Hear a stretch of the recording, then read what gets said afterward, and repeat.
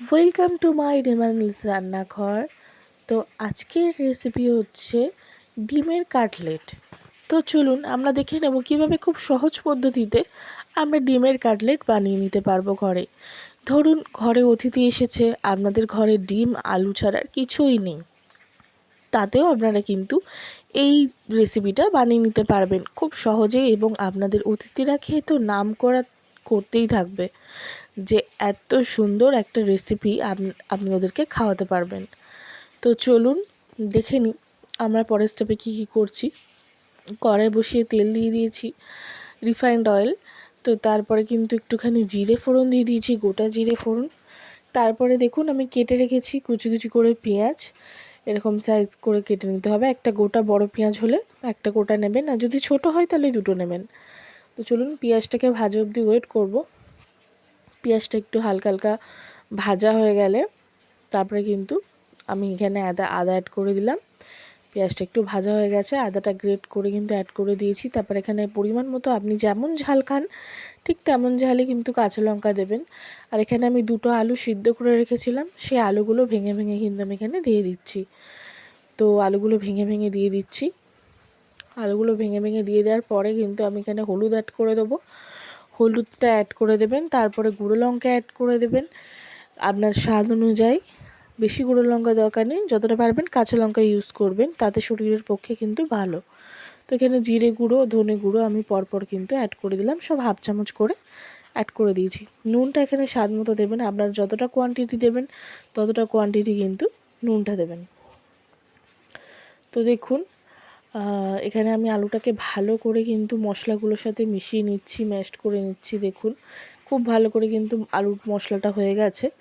এখানে এবার লাস্টে আমি একটু টমেটো কেচাপ অ্যাড করব, তার কারণ এর স্বাদটা একটুখানি অন্যরকমই হয়, খেতে কিন্তু বেশ টেস্টি লাগে, টকটক মিষ্টি মিষ্টি লাগে। আর লাস্টে আমি একটু গরম মশলা অ্যাড করলাম, আর একটুখানি চীনাবাদাম আমি একটু গুঁড়ি গুঁড়ি করে রেখেছিলাম, সেটাকে আমি অ্যাড করে দিয়েছি। তো বন্ধুরা এখানে একটাই কথা বলার, অতিথি নারায়ণ। তো অতিথি যখন নারায়ণ, তখন অতিথি বাড়িতে এলে কিন্তু মানুষের মাথায় আসে, হট করে যদি অতিথি বাড়িতে চলে আসে তখন মানুষ এটাই ভাবে যে এখন কি করে দেওয়া যেতে পারে, চটপট কোনো একটা রেসিপি। আর বাড়িতে কিছু না থাকলেও ফট করে আনতে যেতেও কিন্তু কেমন লাগে। অতিথিকে রেখে কি আপনি বাইরে কিছু আনতে যেতে পারবেন? পারবেন না। তো ঘরে যদি ডিম আলু থাকে তাতে কিন্তু আপনি এটা বানিয়ে নিতে পারবেন। তো দেখুন এখানে আমি ডিম ফেটিয়ে নিয়েছি এখানে আমি। তো ডিমটাকে আমি এবার একটু ভেজে নেব, অমলেট বানিয়ে নেব। তো অমলেট বানিয়ে নেওয়ার জন্য আমি কড়াই গরম করে তেল দিয়ে দিয়েছি। এবার ডিমটাকে কিন্তু আমি এখানে ছেড়ে দিলাম। দেখো একটা সিম্পল অমলেট বানিয়ে নেব। তোমরা দেখতেই পেয়েছো এর মধ্যে আমি একটু গোলমরিচ আর নুন অ্যাড করেছি ডিমের মধ্যে, তো তোমরা সেরমভাবেই অ্যাড করে দেবে। তো দেখো ডিম ভাজাটা কিন্তু একদম কমপ্লিট হয়ে গেছে, থালার মধ্যে নিয়ে ঠান্ডা করে নিয়েছি। এরপরে আমি 4টে শেপে কেটে নেব।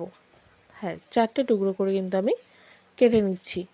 তো 4টে টুকরো করে কেটে নেওয়ার পরে কিন্তু সাইড থেকে যে কর্নারটা আছে, ত্রিকোণা ভাবটা আছে, সেটাকে কিন্তু আমি কেটে বাদ দিয়ে দেবো, কারণ এটা আমার কাটলেটের শেপ দিতে হবে, তাই আমি সাইড থেকে কেটে কিন্তু বাদ দিয়ে দিচ্ছি। কিন্তু কাটা অংশটা কিন্তু ফেলে দেবই না, ওটা কিন্তু কাটলেটের সাথেই যোগ হবে। তো দেখো যে আলুর মশলাটা করে রেখেছিলাম, সেই আলুর মশলাটা কিন্তু আস্তে আস্তে করে এরমভাবে দু সাইড থেকে কিন্তু আমি ডিমটাকে মাঝখানে রেখে এক পিঠ করে আলু আমি পুরটা দিয়ে নিচ্ছি। তো দেখো কি সুন্দর হয়েছে না দেখতে, তোমরা জাস্ট দেখো বন্ধুরা, দেখো ফাইনাল লুক, দেখো কি সুন্দর হয়েছে। তো চলো আমি পরপর সবগুলো কিন্তু বানিয়ে নিয়েছি। এরপরে আমি কোটিংয়ের জন্য তোমার একটা ডিম ভেঙে নিলাম, এটা কিন্তু আমি কোটিং করব। তো এর মধ্যে দিয়ে দিচ্ছি 1 চামচ কর্নফ্লাওয়ার, আর দিয়ে দেবো নুন, স্বাদ মতো নুন দিয়ে দিতে হবে, আর গোলমরিচের গুঁড়ো দিয়ে দিতে হবে, তাতে কিন্তু কোটিংয়ের স্বাদটা খুব সুন্দর হবে। তো ভালো করে কিন্তু ফাটিয়ে নিতে হবে যাতে কোনো কর্নফ্লাওয়ারের লাম্পস না থাকে। তো এর মধ্যে আমি একটুখানি আপনার ভিনিগারও অ্যাড করে দিয়েছি, তো আপনারা চাইলে করতে পারেন, না চাইলে নাও করতে পারেন, আমি অ্যাড করেছি ভিনিগারটা। তো দেখুন এখানে আমি ব্রেড ক্রাম্বস নিয়েছি। তো ব্রেড ক্রাম্বসটা এবার আমি প্রথমে কোটিং করে নেব। তো প্রথমে কোটিং করে নেওয়ার পরে ব্রেড ক্রাম্বসে ভালো করে কিন্তু এপিঠ ওপিঠ ধারগুলো সব কোটিং করে নিতে হবে। তারপরে আবার ডিমে চুবিয়ে নেবো। তো ডিমে ভালো করে কোটিং করে নেওয়ার পরে আবার আমি ব্রেড ক্রাম্বসে দেবো। ব্রেড ক্রাম্বসে দিয়ে আবার আমি কোটিং করে নিচ্ছি। তো কোটিং করে নিয়েছি দেখো ব্রেড ক্রাম্বসে দিয়ে। আবার কিন্তু আমি এটাকে কোট করব। আপনারা যতটা কোট করতে পারবেন ততটাই কিন্তু জিনিস সুন্দর হবে। তো দেখুন আমি আবারও কোট করে নিয়েছি ডিমে এবং ব্রেড ক্রাম্বসেও কিন্তু কোট করে নিচ্ছি। এটা কিন্তু দু হাতের কাজ, এক হাতে ডিমে কোট করতে হবে আর এক হাতে বিস্কুটের গুঁড়ো।